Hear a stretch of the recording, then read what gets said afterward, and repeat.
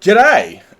This is another little weird, useless video from me, but whatever. I wanted to make it, so I'll make it. Now, my stories, right, on YouTube. I love making them. I love sharing with people because that's the fun in it, really. It's just this concept in my head and the story that just follows. And I say this all the time, but man, I don't like. I lean the story in a direction, and it just goes in the same direction. I mean, I have no idea. Even from the point now of doing episode 11, I'm kind of at a point where I'm just chilling until I get the cool idea for it or something that just makes sense, and then I leave with that. And I'm playing Minerva, who's my College of Winterhold character, who's not the Dragonborn. And I want to talk about how this all started, how this story of mine started, how of the multiple character play series in Skyrim, how I made Skyrim so much funner after 13 years. I mean, I've been playing this game since it came out. I have been. I was 17 years old, and I'm still enjoying it at the age of 30. Now, I'm not the kind of guy that likes to run around and play, like run through a save, like a character that lasts like 20 hours, stop and play a brand new character, start a new game. I like to play the one character or the one save, right? But I could never really do that because my main guy was Centauros, named after my channel. He's an Imperial soldier, and he becomes the Dragonborn. But there was a point where I could never make sense of the story. And it really annoyed me, right? It really did. I didn't like it because it broke every time I tried to tell it. I mean, my Imperial soldier, the idea of it that he was fighting in a battle, between Stormcloaks. Why is there a pillar missing? Is that natural? I don't know, that doesn't feel right. I was fighting in a battle between the Stormcloaks and a dragon comes out of nowhere, you kill it and he becomes the Dragonborn. But then that Imperial soldier must come to the Thalmorn Bastion, because Bethesda's role-playing abilities in this game is shit. Instead of working with him or working alongside him or any like that, you have to come in, you have to kill him and steal their shit. I mean, there should have been an option to at least delegate what you need from the Thalmor, But no, none of that. So you got to come here, basically pretend to be a guest to a party you weren't invited to, walk in there, mingle with the guest, basically go in there, kill their personnel, steal their information, and potentially free their prisoners, right? It wasn't story fitting for him. And I want to take you to the exact place that I really birthed the concept of Ragni, my Dragonborn. Because, again, Skyrim to me is personal, as it is to everyone that plays. But you want your story to be your story. And this was the place where I decided that Centauros was not worthy to be the Dragonborn. I mean, my guy, this has been my Dragonborn for ages. I just could never get his story done. My game, either I wasn't comfortable with the story, or my save kept dying because I was running on Nexus Mod Manager, which was fucking ticking time bomb. And this was the actual place where Ragni was born. Oh, is that aiming at me? Oh, shit. Sorry about that. So, let's get into sort of the idea of how I decided for the first time ever. Now, I am a male-dominant player, right? I play male characters. I kind of what I would do in a game. I'm not like the role player where I'll play like a dark elf male and he'll become a necromancer and I jump into his role. I'm the sort of dude that plays through my perspective. I role play as sort of what I would in this situation. Now, my characters obviously don't look like me, but it's kind of like how I would see myself in the Elder Scrolls. Now, I was in this very cell when the idea was born of Ragni. I actually kind of retconned my current save at that time to actually, replace Centauros. I'm pretty sure I was as Centauros here, and I wanted to kind of have the Dragonborn. I don't know what I was thinking back then. I don't know how it worked, but this would have been just after finishing Avatar: The Last Airbender and Korra. And I really loved Korra. Her character was fucking awesome, dude. This is one of the first times I've seen a female character that was hot-headed, impulsive, had muscles, and it was just like one of the boys. I really liked that because, again, this is the sort of character I would play if I was female. If I played female characters, avatars, right? Because I'm not going to make them look like some dolled up sex doll and have them, like this. This is not what I do. I want them to look cool. I want them to look fierce. I want them to look like they're made for the environment they're playing in, right? And sort of Korra, and if you've well, she's kind of built like this, but she's a mage, right? She's a battle mage, so she's built, she's fit, she is built for her environment, as in all my female characters are. They're built for their environment. And I was here as Centaurus, and it never made sense to me. I could never figure out how Centaurus could be the Dragonborn. You know, that he'd have to come here. Like, he's an Imperial soldier. He's killing their personnel, he's stealing their information, and he's freeing their prisoners. That is an ultimate act of espionage, an ultimate act of war between two countries, two empires, states that are in a peace treaty. And how is it even going to be, right? You are, like, there's no way in fucking hell that the Dominion, the Thalmor, is going to allow another Dragonborn Imperial. I mean, the second Old Merry Dominion was destroyed by Talos, who was a Dragonborn. Right? They're not going to allow this. They're going to basically go, this guy killed our people, Empire, give him to us immediately. They're going to want to kill you on the spot because you are a major threat to this new Dominion. You are the ultimate threat. The last Dominion that fell was because of a Dragonborn. It wasn't even him directly. It was because he summoned a gigantic fucking colossal dwarven robot that pretty much lit the sunsets on fire. You know, and you'd be a massive threat. There's no way they would, like, the Empire would give you up in a second to keep the peace, even though you could be the potential winner for them in the future. Right? And it just, to me, it made no sense. This could be why you're forced to fight the Dominion in this game, because Bethesda had already set a plan for the next Elder Scrolls game to the Dragonborn might die in the upcoming war against the Dominion. Or something like that. But oh yeah, I was here as an Imperial soldier, just made no sense. Like, sure, they might eventually have to stop trying to kill you because you are the savior of the world. You need to kill the dragons. But how would it go afterwards? There's no way after you've completed the main quest that the Dominion would not try and murk you on the fucking spot. Everything they have, they would throw at you trying to kill you easily. You know, and there's no way they're going to let the Empire can let you continue. Like, they're not like, how do I continue the Civil War quest line? How do I kill Ulfric if I'm no longer allowed in the Empire? You know, there's no way the Empire is going to allow someone that killed their peace treaty, enemy faction, to remain. I mean, if they did that, the fucking Dominion would see there's an ultimate act of war and pressure them into another war. It made no sense to me. So that idea just blew up in my head. And the idea of Ragni came along. And here she is. Now, funny enough, I used a random name generator for her, like the one I could pronounce, because trying to pronounce Nord names, or Viking names, or any sort of northern country's names is fucking like, ugh, like, fuck, Jesus. And Ragni, and how they say it in Skyrim, it's actually pretty cool, they pronounce it like a Nord name, they go, Ragni. And it's awesome, because I even say Sigurd as Sigurd, and shit like that. Now, funny enough, her name shares another name with a character from Avatar. It's from a book called Avatar Avatar Kyoshi, and it's her girlfriend, and it's a firebender, one of the trainers. And yeah, I thought, why not? I mean, I'm a dude, I don't want to romance dudes, unless it's for another character that isn't the main character. For Minerva here, she's kind of in a sort of relationship with a Redguard man, and I gotta say to that sort of character, she likes girls too, but her romance is a dude. And so, eventually, Ragni followed in that, and this is my Dragonborn, and this is the exact place I was when the concept of a young female Nord, because I wanted to play a native to Skyrim, yeah, it's just the home of the Nords, to make the Dragonborn native, and then the idea came to me on how I could tell that story, and that's how kind of Origins of the Dragonborn chapter came to be. The very first one I actually voiced, and it felt weird, dude. It felt weird, you know, having to kind of like trying to pretend to be an older Centaurus. Like, it was... I was like, long ago, I once served the Dragonborn. And it was just shit like that. But it was... Yeah, she was... The idea of her was born inside of a Thalmor prison.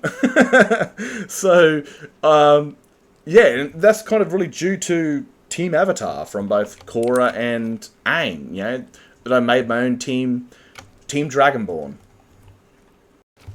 Now, so, Team Avatar, right, their goal in these things were to protect and teach the Avatar, right? There's Avatars normally born from one side of, whatever four kingdoms, air, fire, earth, and, what else is there? Water, right? So they're born from one of those countries, and they're prominent in their bending until they discover with Avatar, until they realise they can use the other three elements, right?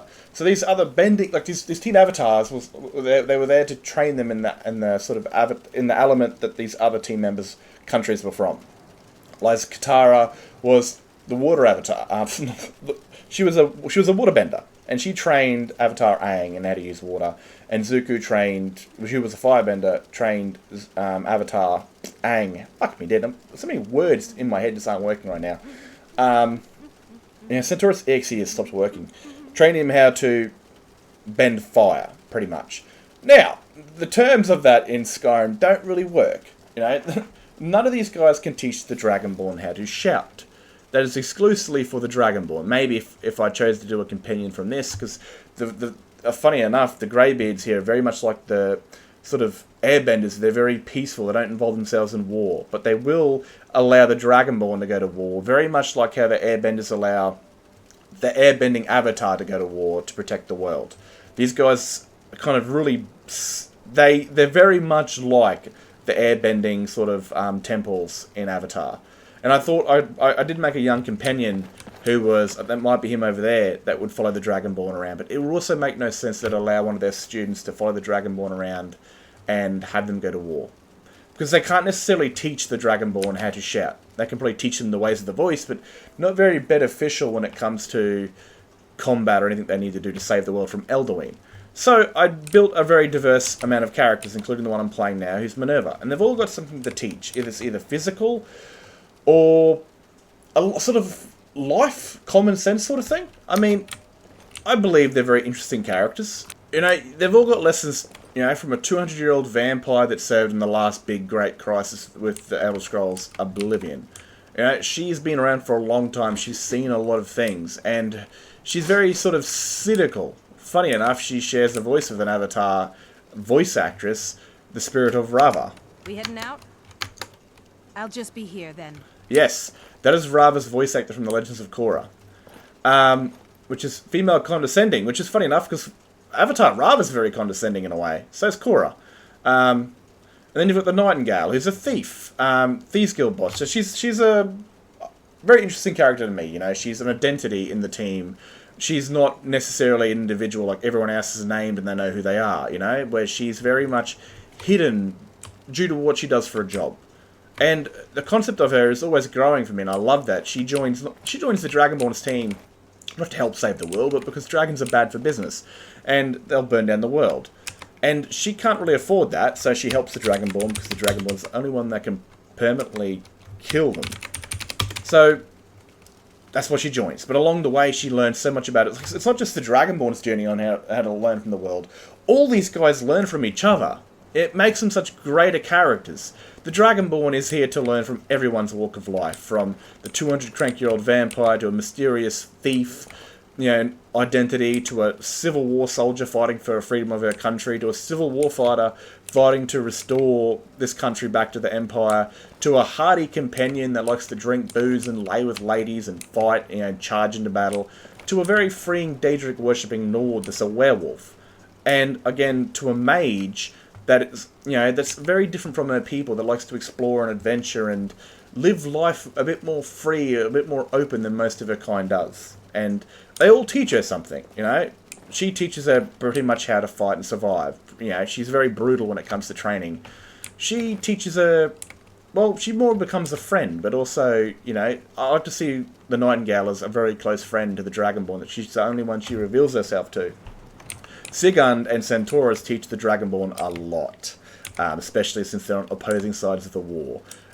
There's a lot there, of course. If you're a fan of the series, you know what they're kind of leading into. And it doesn't just, the Dragonborn, when she starts her journey, she's like any young adventurer, doesn't really know the world that well. And she's, the Civil War's burning across Skyrim, and she's kind of like, my father served in the Legion, my mother was a Talos worshipper, and they let those, they let the elves kill Talos worshippers. And so she's kind of doesn't know which side she wants to join, but when she joins the Dragonborn's team, she learns a very important lesson, and it's something that her father used to say. And Tonrok, I don't know what use Tonrok has apart from being just this brutalizing killing machine that loves the ladies and all this sort of stuff. And Freya, very freeing, very much not like any Nord she's met. You know, most Nords are hardy, Sovngarde, wanting to go to Sovngarde and, you know, this and that. But she's not that at all. She's very open. She's very sort of loose in her terms of life. They've all got something to teach. Even Minerva here, she teaches the Dragonborn how to use magic. And she teaches the Dragonborn many different things. But, again, this is my Team Dragonborn. The main cast of Team Dragonborn. And I needed to build interesting characters. I mean, they can't teach her how to shout, because these guys haven't got the ability to shout in the Elder Scrolls lore. It's only the Dragonborn or the Greybeards here that train how to do it. Takes them years, apparently. But for the Dragonborn, it's an instant sort of thing, because their soul's the one of a dragon. So none of these guys can teach her how to shout. She has to teach herself, and she has to find these words of power. But she takes these characters along the journey with her. And I've always thought it was a very interesting story, because, like I've said, I've played Skyrim for 13 years, and there's only so much you can really do before you start getting bored, and again, 13 years is a fucking long time. I've almost literally played a year of this in my life. I mean, Skyrim has stolen my life. But it's always been that game I can just fall back into, where if shit goes bad, I can just hit that, you know, reset button and boom, I'm back to playing Skyrim, and I'm back to being myself.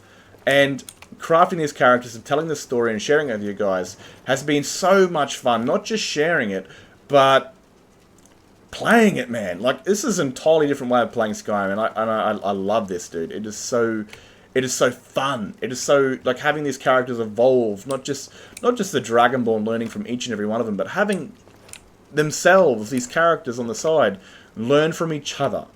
You know, this is, you know, she hates the Daedra from the Oblivion Crisis, but she raised one. She raised the Daedric worshipper, who is a werewolf. She tried to kill her a long time ago, and she's also works for a Daedric prince, I guess, in a way. She's, you know, nocturnal. She kills Daedric worshippers, right? But again, she's learned a lot here during her time with these people. For 200 years, she just hunted and killed Daedra and Daedra worshippers and bad people, but she's learnt a lot while being here to hold back her nerve. And these characters learn from each other as long as the Dragonborn learns from all of them. And it's such an amazing story in my eyes. I mean, I've never seen, before I did this, I've never seen people really tackle Skyrim's story and still try and keep it Skyrim. Here I am pacing like a fucking lunatic. I've never seen people try and tackle Skyrim's story to try and still keep it Skyrim, but, you know, because there's a lot of people that do this sort of stuff with multiple character play stories, but they're just wild stories that go off and do their own thing. I wanted this to be Skyrim's story. I wanted it to be Skyrim, its story, not some modded playthrough where it's just some random quest mods and stuff like this. I wanted it to be Skyrim, but not where the Dragonborn is the sole character that does absolutely everything. I wanted these guys to all play a part in Skyrim's story, like if you read it as a book. Like if Skyrim was written as a book like Lord of the Rings, instead of that. It'd be, you know, it's like the Fellowship of the Dragonborn, the Fellowship of the Dovahkiin sort of thing. And I think I've done an alright job. I'm not a professional writer at all, never will be. I've probably just got ADHD. And that's what I put it down to. But, again, the idea of this story was birthed from a Thalmor prison, and also birthed from a TV series called Avatar: The Last Airbender and Legends of Korra. And I just put a video up with a new announcement to their new show coming out called Seven Havens. I'm a bit mixed on it, to be honest with you, but I'm still definitely going to be excited to watch it, because Avatar, again, helped me birth this story with its ideas, and I'm grateful for that. Anyway, I think I've kind of explained enough. I don't really ever have a point to these videos. I just kind of fucking ramble, then I rant. But if you've gotten this far, I hope you guys have enjoyed the absolute shit coming out of my mouth. And I'm going to get out of here, and I hope you guys have enjoyed. Catch you guys in another video. Hopefully not in the next hour.